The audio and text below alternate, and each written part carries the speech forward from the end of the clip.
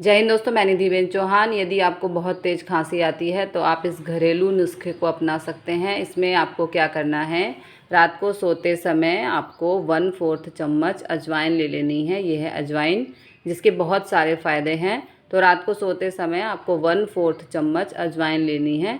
इससे आपको खांसी में डेफिनेटली आराम मिलेगा। इस तरह से घरेलू नुस्खे अपनाकर आप अंग्रेज़ी दवाइयों से बच सकते हैं और अपने देश का बहुत सारा पैसा बचा सकते हैं। Thank you very much. जय हिंद, जय भारत।